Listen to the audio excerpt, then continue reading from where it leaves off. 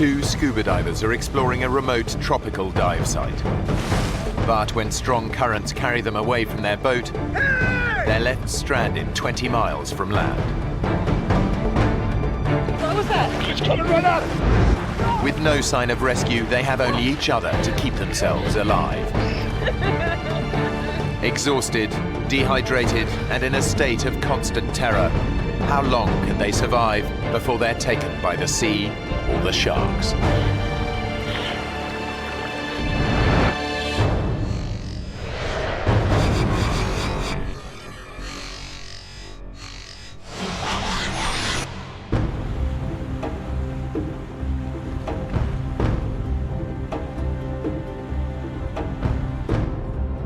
I didn't know what to expect going to the Solomon Islands for the first time. I remember getting off the plane and thinking how awfully hot it was. 35-year-old Melissa Armstrong was a hotel manager in Toronto. But fed up with metropolitan life, she quit her job and traveled here in search of adventure. I wasn't feeling fulfilled. I was really wanting to make a change in my life. And I thought, okay, this will be an adventure. She's found a job working with marine researcher David Tomlinson, who spent almost 30 years studying the oceans. I began diving in 1963 in the Bahamas. I'm very lucky to be able to study much of our oceans and see things that not a lot of people get a chance to see. Hey, Hi. how you doing? Good. Stephen, Peter, this is Melissa. Hey. So you all set to see Cavachi? Yeah. Yeah? All right, come on aboard. Cavachi is an oceanic volcano which David has been studying for years. After he filmed this eruption, the volcano disappeared beneath the waves. Now he wants to find out what's left under the surface. The four of us went out, and I mean, the weather seemed to be ideal. Everything was supposed to go like clockwork. The dive site is 20 miles offshore. Melissa has never been diving so far from land. I was excited. I felt good about the dive. It wasn't until I went out there that I thought, oh, wow, I'm really out in the middle of nowhere. And then when we got to the dive site, something inside of me changed, and I thought, there's something wrong. What's up? Nothing. Well, I guess maybe I'm just a little nervous. What about? I was a little embarrassed because I wanted to be like the guys, one of the guys, and I said, I'm afraid of sharks. No, you don't have to worry about sharks. They're much more afraid of us than we are of them. I doubt it. I'm serious. They hardly ever bother divers. Now, if you were up on the surface like a surfer, flapping around, then you look like shark bait. But when you're down below, there's nothing to worry about. Can you zip me up? If it was me, I wouldn't be worried about the sharks. I'd be worried about you diving right on top of a volcano. Well, that wasn't something I had ever even contemplated. So now I'm thinking sharks, volcano exploding, sharks and volcano. Don't listen to him. If it wasn't safe, we wouldn't be here. But David knows more than he's letting on. I had heard from the local fishermen that there was a couple big sharks out here, big hammerheads, that have been coming in and bothering some of the local fishermen. But at that stage, she didn't need to know that. David has dived with sharks before and is confident they won't get attacked while underwater. He's more worried about the weather. We're watching the weather very carefully because it's very exposed out there. And I noticed off in the distance a funny-looking cloud. It looked like an eyebrow, but it was nothing that deeply concerned me. David's confident they'll be in and out of the water long before the cloud reaches them. So what's your dive plan, mate? Well, we're gonna drop in around 30 meters, have a look around. The plan is to dive for around half an hour while the boat stays in position above them. The boatman went over exactly where we would be dropped off, exactly when and where we would be picked up. I didn't pay too much attention. I just let them do their thing. But the anxiety just kept growing and growing.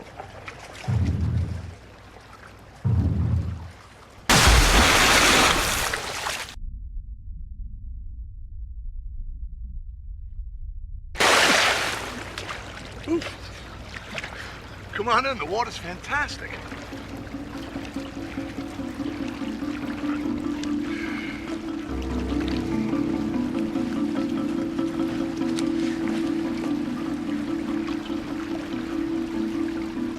Then I got my gear on. I looked at the boatman and I said, Here I go. Say a prayer for me. and I thought, well, why did I say that?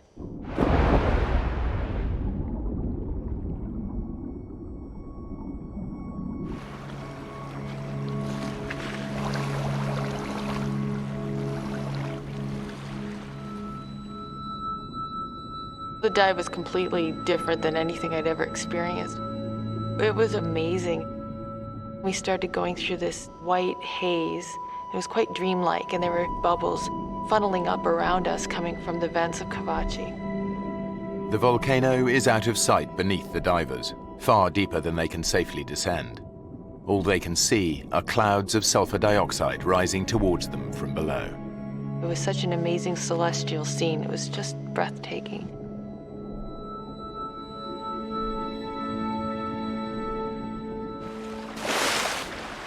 After 30 minutes, the divers surface. That was amazing, wasn't it? It was awesome. The weather has changed dramatically. The dark cloud David spotted earlier is now above them. God, it's really choppy now. Yeah.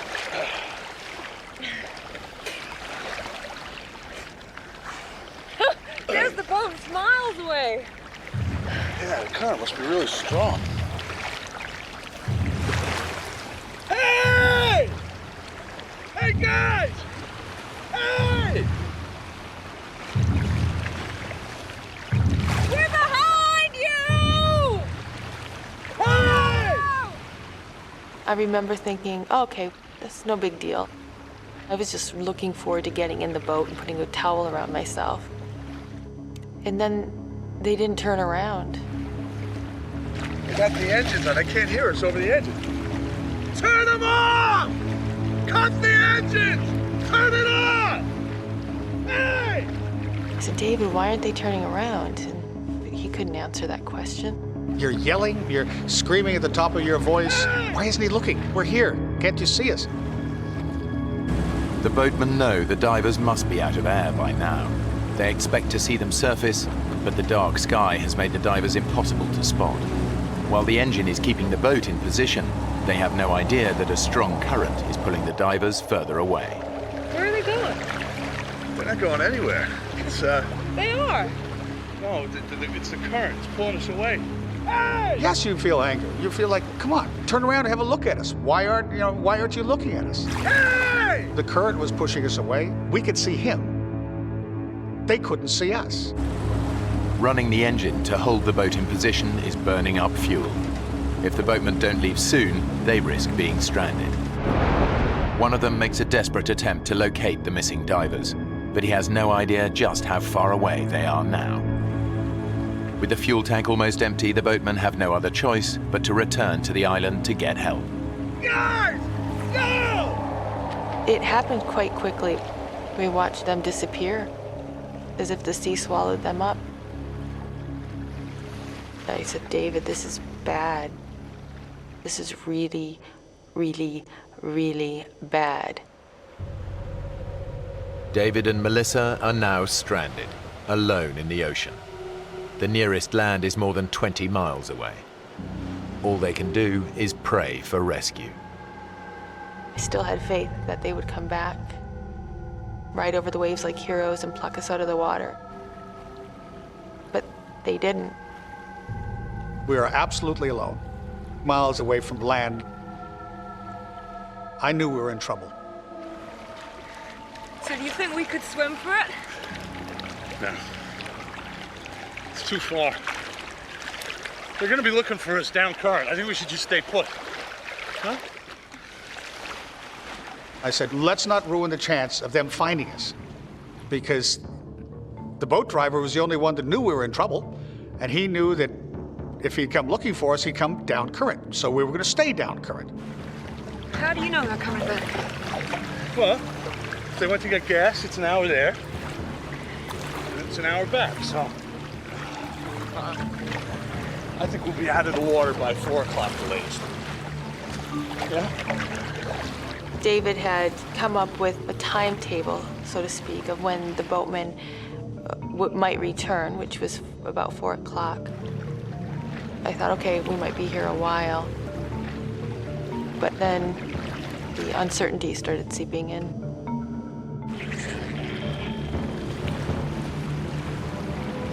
David, are you looking for something? Just being aware, that's all. I really, really, really do not want to get eaten by sharks. Hey, you need to calm down. I think at that point, a bit of anger was coming in. He should have known better. How could we be in this situation? Please don't tell me to calm down. We're in the middle of the ocean. You've lost that boat. I think I have the right to vent here. I won't say what I said, but I swore a little bit. Melissa's reacting as one might expect. She had a little bit of a dummy spit, and she was swearing profusely. She's relying on me to ensure that everything went smoothly. And at that stage, I'd shot myself in the foot, big time. And it just was turning sour as the moments went on. David and Melissa ignore each other, forgetting they're floating in a powerful current. David! David! The current pushes that far away. It was scary. Come here! We had to try to swim against a knot to a knot and a half current. Swim to me!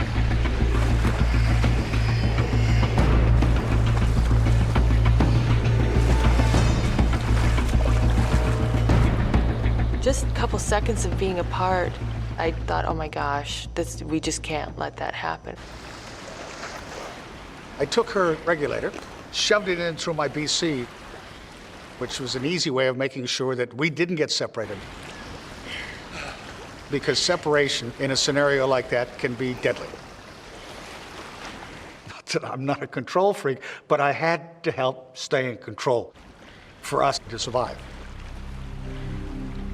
David said, let's just conserve our energy. That's the most important thing right now. So the plan was that I would wrap my legs around his waist and my arms around his neck. So his face was right here. But I didn't want to look at his face. I didn't want to be in that situation. I didn't want to be in the middle of the ocean. But what choice did I have? Hey! Hey! 20 miles away, the boatmen get back to the island and raise the alarm. Lost 2 divers out there. The locals know the seas around here well. They've all heard the stories of giant hammerhead sharks preying on fishermen. They know they may not have long, and search parties race out on the hunt for the missing divers. David and Melissa can only hope that help is on its way. But with each passing hour, they're getting more nervous. In the Solomons, there's a phenomenal amount of sea life there. My biggest fear at that stage, I believe, was sharks. I'd imagine them circling below us. This big mouth coming up and tearing into one of us.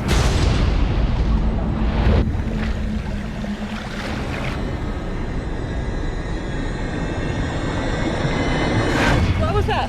What? Was that you? What? Something's on my leg.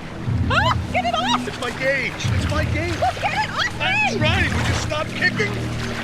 Look, there's nothing down there. There's everything down there. If there's anything dangerous down there.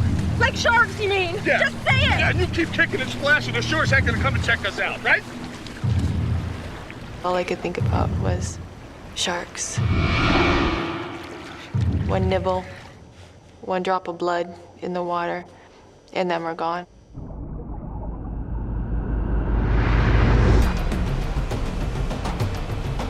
The search parties have finally reached Kavachi, but they have no idea that David and Melissa have already drifted miles away in the current.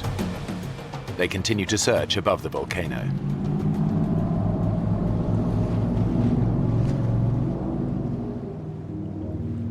David was convinced they'd be found by 4 o'clock. Now it's almost 5. They're still 20 miles from land, and there's no sign of rescue. It was very clear that David wanted to stay still He didn't want to move.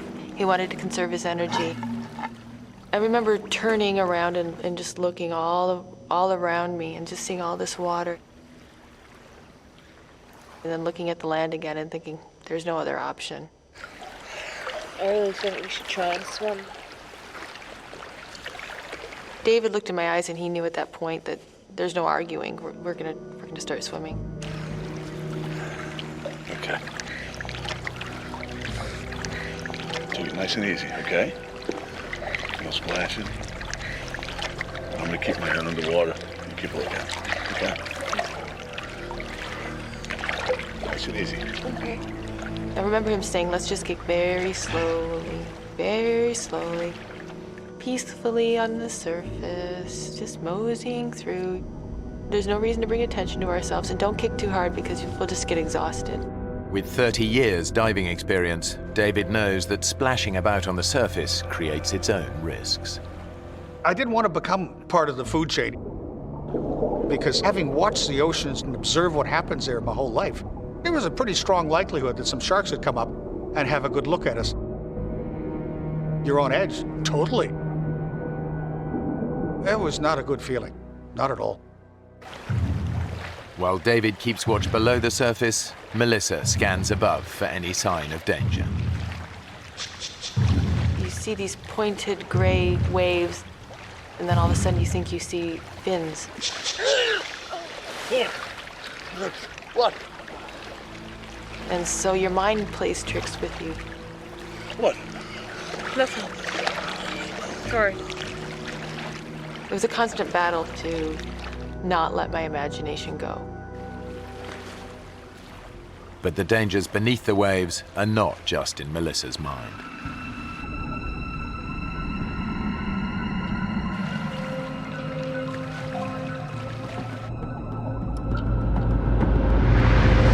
Ow!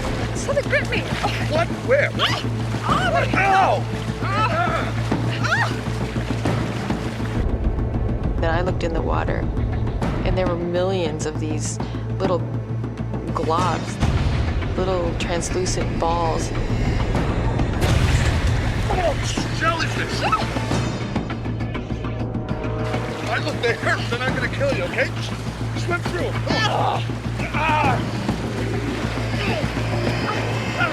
We were swimming through countless amounts of them. We were getting stung all over the place. I remember trying to count the stings. I got up to 64. But then it all blended into one. It was just the zapping pain that was shooting through my entire body.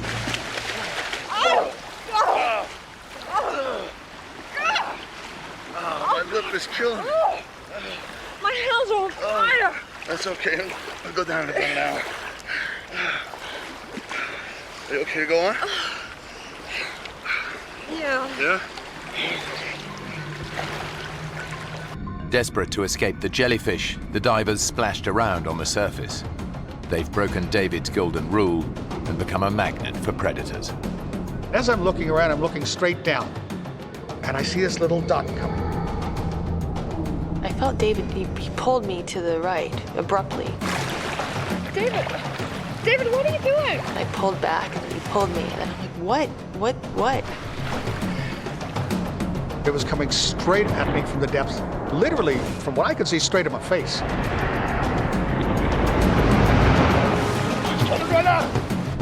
It was this huge, ugly barracuda, probably 5.5 feet. They can be very aggressive, and they have been known to attack people before. David knows the great barracuda has a ferocious bite. All he has to do is hit me in my hand, my arm, my leg. If I start bleeding, I've got another major problem. I've got a problem with sharks. Against two sets of razor-sharp teeth, David's only defense is his camera. I needed something to ram and protect us. That was the first thing to use.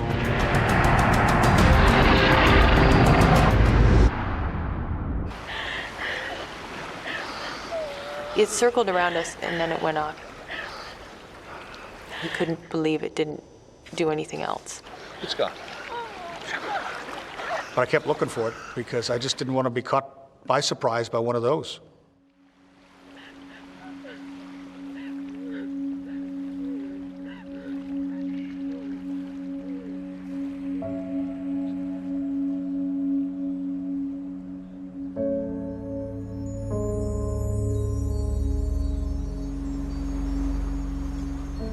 With daylight fading, the search parties have no choice but to return to the island.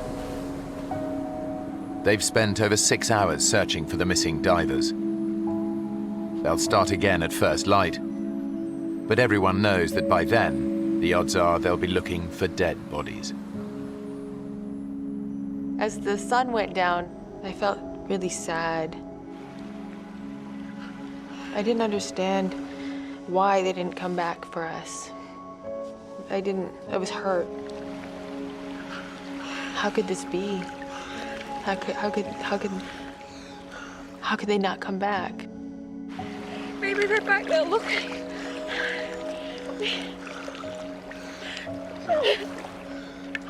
We should just keep swimming. Oh, come on, we're covering good ground. Outwardly, you're bold and brave, and you're sort of smiling, and inside, you're packing it. Sun was starting to set, and that was the part I was dreading. With night coming, that was a total different scenario because a lot of animals come up to the surface and feed at nighttime. I found myself thinking we were there to get eaten.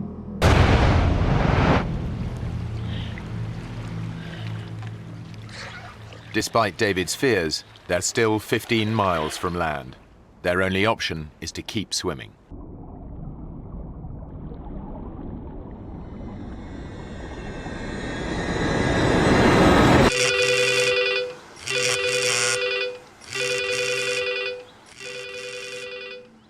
Over 1,000 miles away, David's older brother Owen is at home with his family.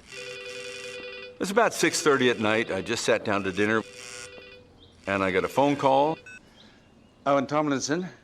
And it was David's secretary from Cairns saying, Owen, I've got some bad news for you. David is missing at sea. What happened? And I was informed that he went diving and never came up. We just lost our younger sister with cancer about 4 or 5 months previous. My first thought was my 90-year-old mother, whether she could handle the shock of possibly having lost another of her children. So that was very traumatic in that regard. Okay, I'll get there as soon as I can. Thanks for the call. As David's brother, of course, the family bond is strong, that your first reaction is, what can I do to fix it? Hello. Yeah, I'd like a flight to the Solomon Islands. The first flight available was 3:30 in the morning, 8 hours and a bit off. And I felt inept, I guess, as impotent, whatever word is applicable, that I couldn't do anything that time span. Thank you. Bye. And David was wherever he was, out at sea somewhere.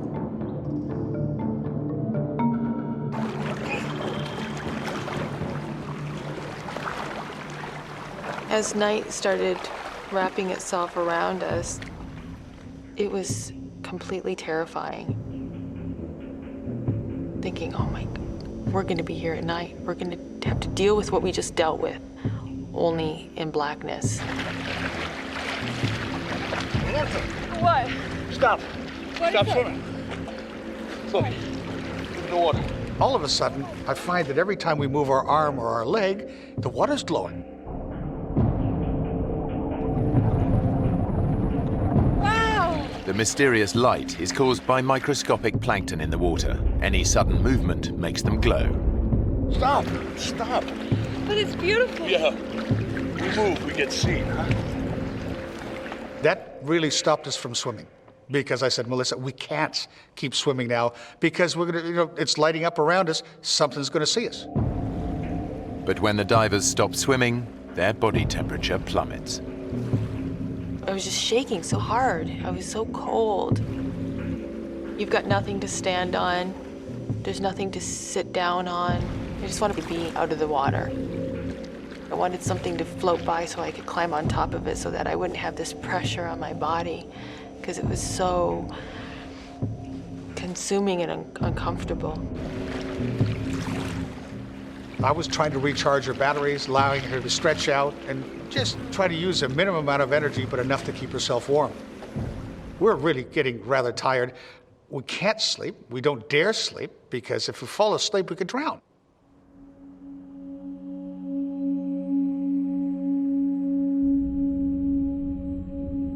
I had taken my mask off. And I remember putting my arm through it. I went to reach for it, and it was gone. Oh, God.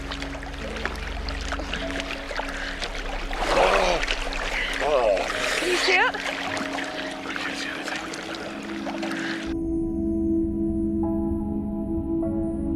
That's horrible, because as far as survival is concerned, that's such an important tool.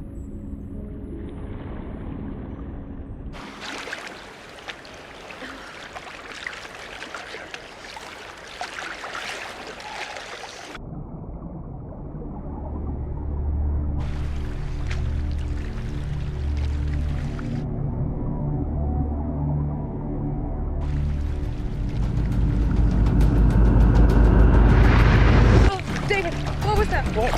Something just touched my leg. So was that you? Was that your fin, David? Well, that wasn't me. Oh my God! Oh! I feel just a little bump, just like something brush up against me. I said, is it sharks? Is it sharks? Is it sharks? David and Melissa have been adrift in the South Pacific for over 12 hours. Trails of luminous plankton have made them stop swimming. Whatever's causing the flashes now, it's not them. Oh my God! What was that? We were seeing little explosions of light within, 5-10 meters of us. Ah! God! Did you see that? There'd be a flicker of light, and then another one, and then another one. What sort of fish they were, I don't know. Any minute, you expect something's going to hit you. Oh my God! Ah! Your fear is unbelievable.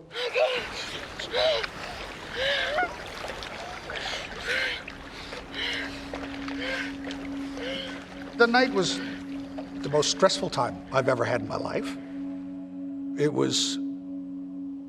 It's as far as your emotional lows are concerned, that'd have to rank up there with them, because I've never been so hopeless.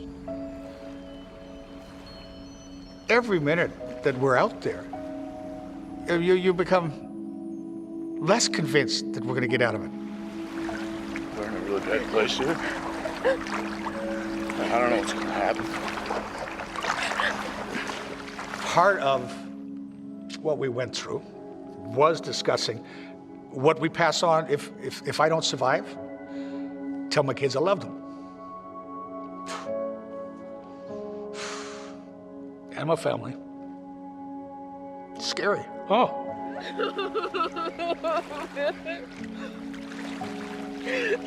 It was really important for me that if he were to survive, I wanted him to tell my mom and dad that they were good parents.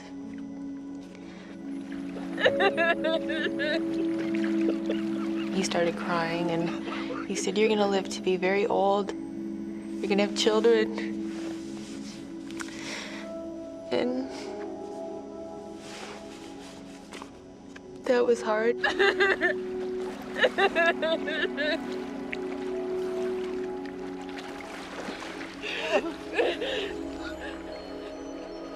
I had fought against the idea of death. And then this transition happened where you're talking about it. You're accepting it.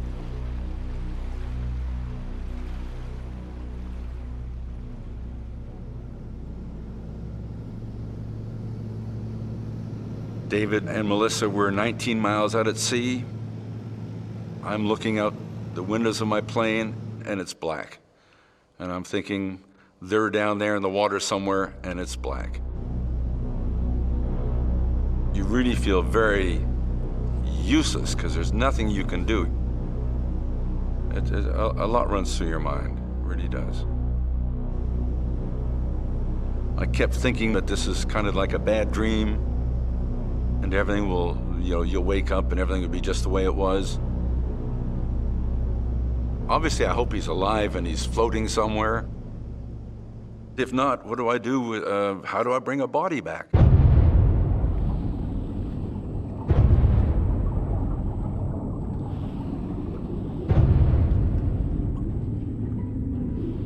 There was one point where I thought maybe David can just hold me under.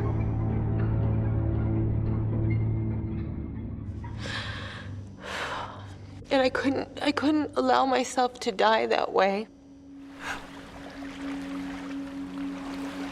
I couldn't do that to my family. I couldn't dishonor them. I couldn't do it. Or I just said, David, I don't care. I don't care if I die. I gotta die trying. I'm not gonna lay here anymore. Gotta swim. We gotta swim.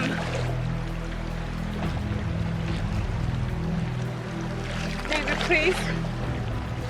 Please.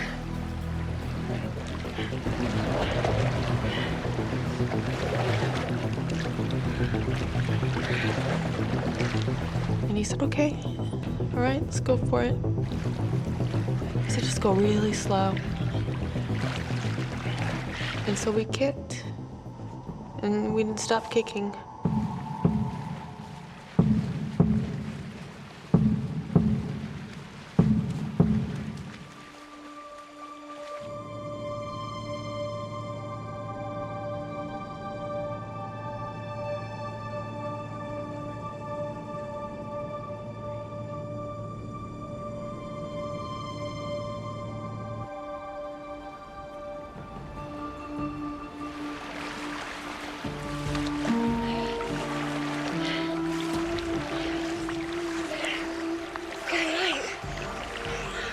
After living through that darkness and then seeing the light, it just changed. It just gave me something I didn't have. It was glorious just seeing that sun. It was one of the finest sunrises I've ever seen in my life. It's just to watch the light come up was great. And then I could actually see for the first time the land. I could see that it was actually tangible. Oh, get closer. It is closer. My eyes were completely glued to the land. That's all I could think about. Melissa may be feeling more positive, but David is 20 years older than her. While he allowed her to rest during the night, he's been awake since 6 a.m. yesterday. As we went on, I was getting really tired. I'd been going for 24 hours at that stage. He started acting very erratically. I remember watching his snorkel slowly sink into the water. And just when it was about an inch from the surface, I would nudge him and he'd pop his head back up. David, you okay? You all right? Seeing him like that scared me a lot. I remember thinking, what if he drowns?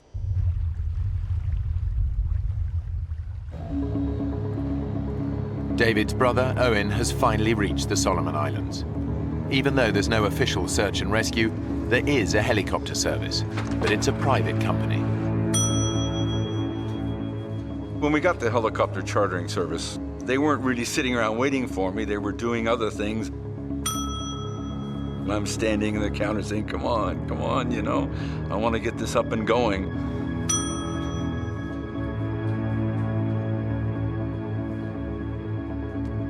Hi. Yes, sir. I need a helicopter as soon as possible. Okay, what for? My brother's gone missing near Kavachi. I'll have to talk to my boss first. So if you'd like to take a seat, then I'll just be right back.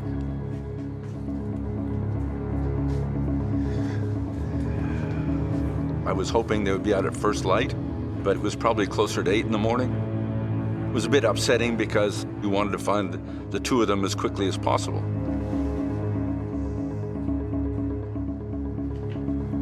Mr. Tomlinson, good news. We've got a chopper on standby for you. Oh, that's great. And I said, well, get them out there, get them going. But unfortunately, we're a commercial operation, so I'm gonna have some form of payment up front so we can get you in the air. I had no idea what the currency in the Solomons was, and I certainly didn't have a suitcase full of whatever currency they would accept. This do? That'll be fine. 1 minute. So the good old plastic came in handy, and it worked. Okay, boys, we're right to go. All Owen can do now is wait. David and Melissa have swum 14 miles without rest, food, or fresh water. They're still 6 miles from land, and the tropical sun is beating down on them relentlessly. I was so grateful the sun came up, but it was also a blessing and a curse because I could feel the side of my face burning. And I remember trying to put my head in the water to cool it off for a little bit. My lips were so raw and swollen, and now the sun was burning them, so they were starting to blister. My skin was wrinkly and flaking. You feel like you're slowly getting eaten by salt water. David is both physically and mentally exhausted. I was dehydrated, I was starving. I was running on less than empty at that stage. I was starting not to think straight. You all right? David? You okay? You okay to swim on? I remember him looking at the land and saying, "Oh, look at those condominiums."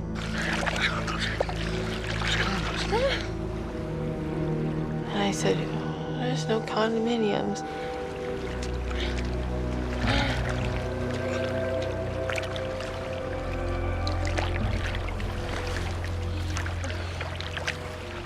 That's really when I realized he was fading. He wasn't making any sense.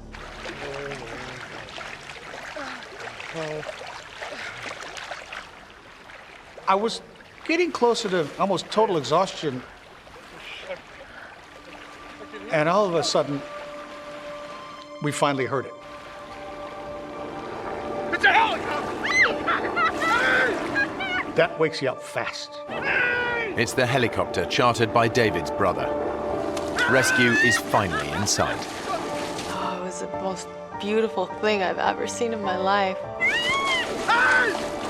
It was amazing, and here it comes, and we waved and did all the right things. But we're wearing suits that are black and blue.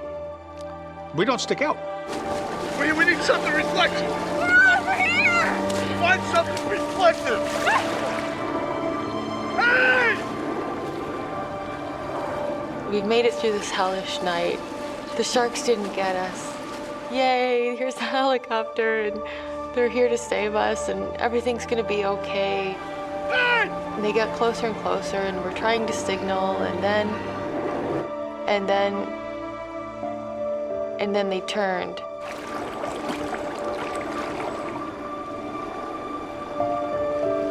They can't see us.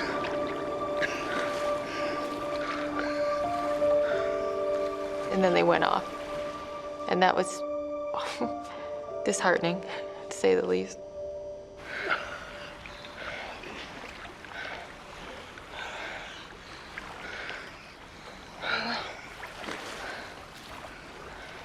And we just pressed on towards land. Come on. Because there's no other choice but to keep going. The exhausted divers are only 4 miles from land. But for David, this is the most terrifying part of the entire journey. I didn't totally mention to Melissa at that stage that I believe the greatest fear we're going to have is that last bit, right in close to the shore, because it's an area I wanted to fish, because there's so much sea life there, including your upper major predators. And at the same time, I didn't tell her about 2 big 20-plus foot hammerheads that I heard about that had been bothering the fishermen.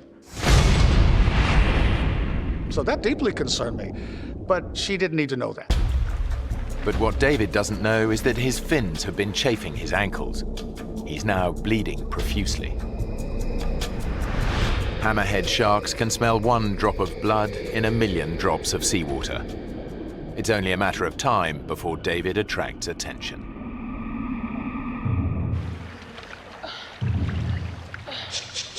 I remember thinking, what's that piece of plastic sticking out of the water?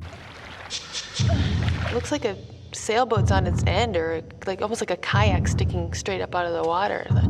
Well, What's that plastic? Oh, David! David! I saw a shark. What? I saw a fin.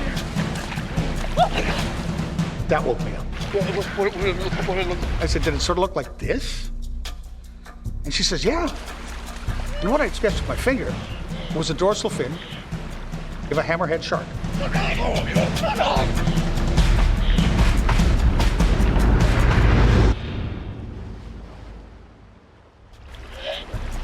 Just offshore, they've spotted a hammerhead shark.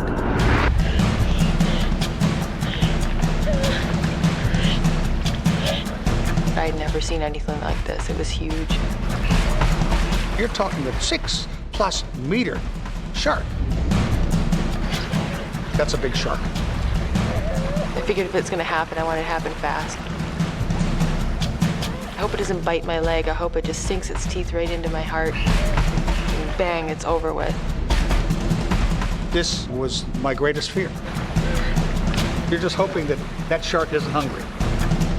With all the bad things that have happened, a little bit of good luck would be nice right now.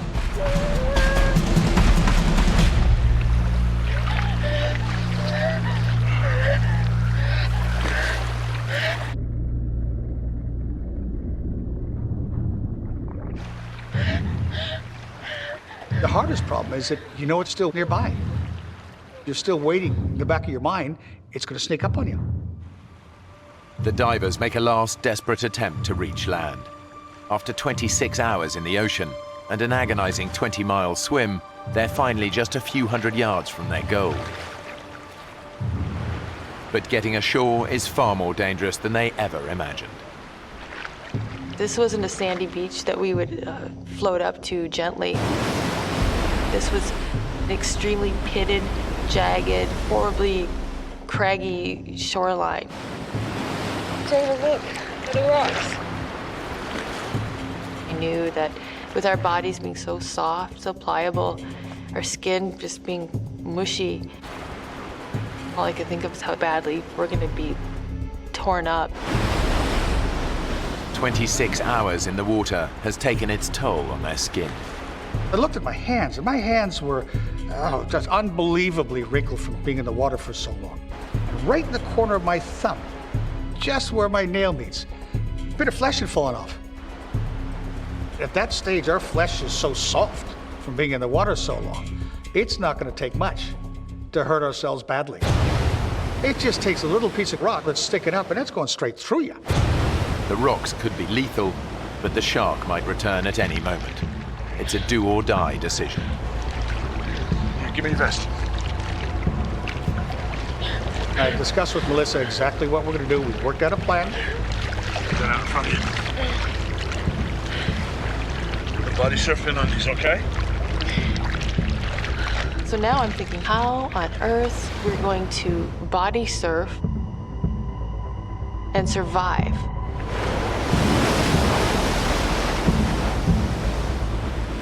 But what choice did we have? It was completely terrifying. We're 100 meters from the shoreline, but the odds were that we weren't going to survive. You ready?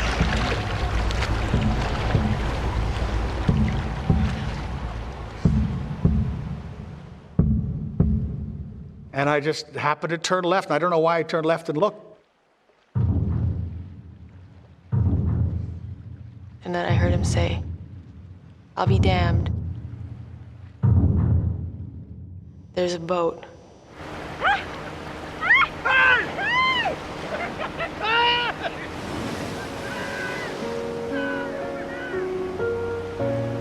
It was unbelievable.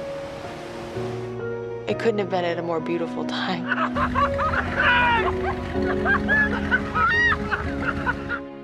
It was an unbelievable feeling. Absolutely unbelievable feeling. Because then it was just like one of the heaviest weights you'd ever have in your life lifted off your shoulder. Next thing I know, the boat's next to us, and they're pulling me out of the water. And I'm like, I was this crazy mad woman. I was crying and laughing.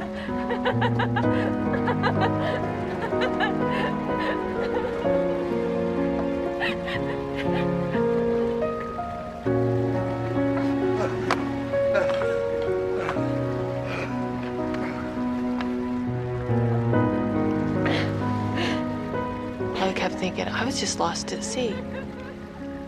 I was just lost at sea for 26 hours. The sharks didn't eat us. We didn't die. I'm alive. David and Melissa swam 20 miles before they were finally rescued and returned to dry land. There was my brother Owen.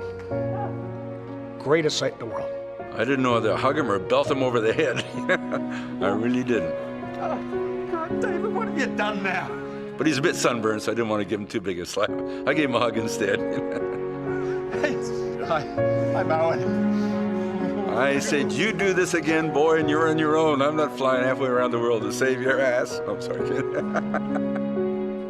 And it was just great to see him. It's ever since then, every morning you wake up, it's wonderful to start a day, standing on dry land. David still lives in the Solomon Islands and dives regularly. But Melissa returned home and hasn't done an open water dive since. The two of them remain good friends.